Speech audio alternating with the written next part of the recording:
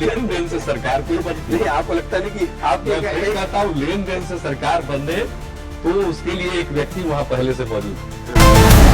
ये कहानी है बिहार की एक विचित्र प्राणी की, जिनका नाम है नीतीश कुमार। ये अक्सर ही किसी न किसी वजह से खबरों में बने रहते हैं, चाहे बात इनकी विचारों की हो या इनके हृदय परिवर्तन की। का जो होता है साथ तो लड़कवा तो रोज लड़कियां के साथ रास्ता में घूमे करता है। अब उसी समय लड़की जो है कहती है कि ठीक है रात में करो, लेकिन अपना जो लगे तो निकाल के बाहर फेंक दो। ये पार्टियां तो ऐसे बदलते हैं जैसे मानो कोई बंदर पेड़ की डाल बदल रहा हो। इन सब चीजों को देखकर ऐसा लगता है कि नीतीश कुमार का सबसे पसंदीदा खेल कहीं न कहीं बंदर बांट रहा होगा। तभी ये बंदरों की तरह कभी इस पार्टी से उछलकर उस पार्टी में, कभी उस पार्टी से उछल करके कभी इस पार्टी में, मतलब कब किस पार्टी में चले जाएं इसका कोई भरोसा नहीं है। बिहार में जीत किसी भी पार्टी का हो उससे कोई फर्क नहीं पड़ता है, क्योंकि सरकार तो नीतीश कुमार ही रहेंगे। लेकिन सोचने वाली बात यह है कि आखिर एक साधारण वैद का लड़का आखिर इतना शातिर और चलाक नेता कैसे बना। तो आइए जानते हैं आज की इस वीडियो में।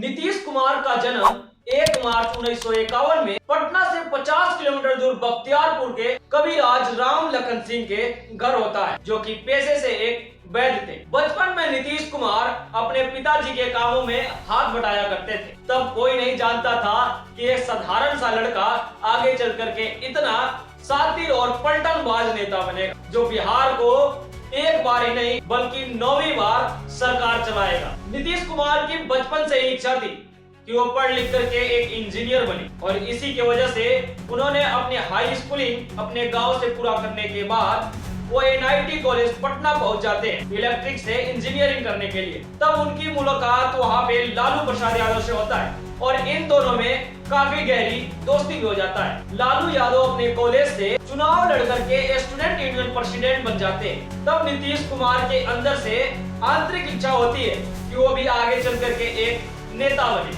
और उनकी दिलचस्पी पढ़ाई के बजाय नेतागिरी में लगने लगा। जैसे तैसे करके नीतीश कुमार 1972 में अपना इंजीनियरिंग की डिग्री कंप्लीट करते हैं और फिर राजनीतिक में आने का मन बना लेते हैं। 1977 में 26 साल की उम्र में नीतीश कुमार को हरनौत से जनता दल से MLA का टिकट मिलता है और ये वहां से चुनाव लड़ते हैं, लेकिन नए उम्मीदवार होने की वजह से ये इलेक्शन हार जाते हैं। फिर 3 साल बाद नीतीश कुमार अपने हार को भूल करके फिर से इलेक्शन में खड़े होते हैं, लेकिन फिर भी इन्हें एक बार हार का सामना करना पड़ता है। इस हार के बाद नीतीश कुमार राजनीति से अलग होने का मूड बना लेते हैं और एक ठेकेदार बनना चाहते हैं। वे काफी निराश थे क्योंकि यूनिवर्सिटी को छोड़े 7 साल हो चुका था और इन्हीं बीच इनका शादी, इसीलिए आर्थिक तंगी से जूझ रहे थे। इनके पास कोई भी फूटी कौड़ी भी नहीं बचा था, इसीलिए राजनीतिक छोड़ने का अपना पूरा मन बना लिए थे।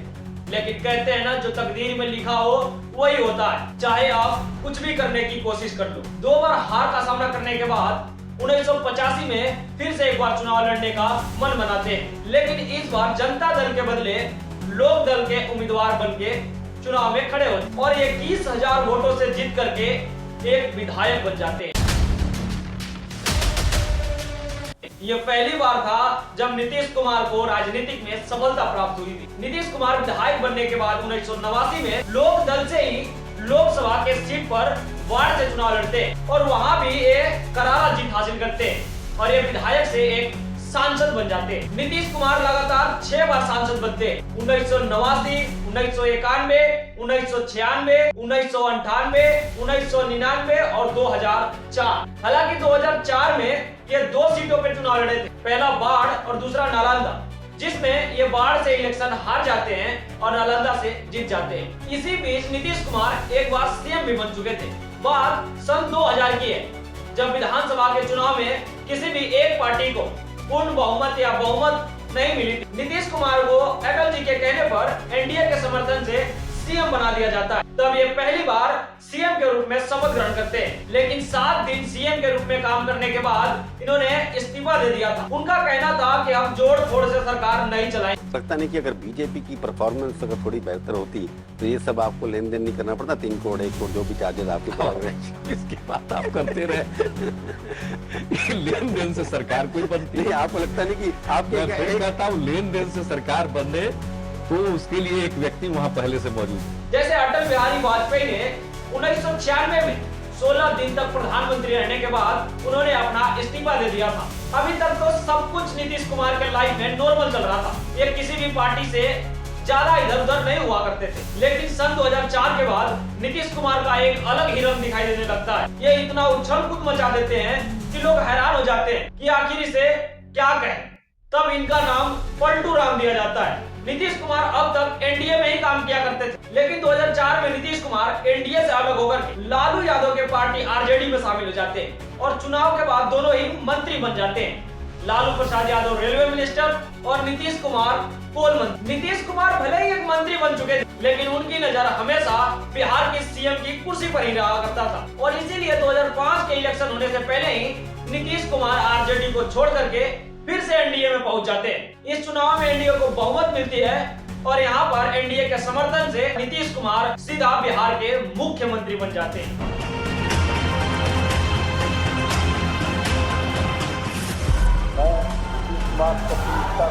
हम तो अलग हो गए और आप जान लीजिए जीवन भर हम किसी भी तरह से उन लोगों के साथ फिर नहीं जाएंगे।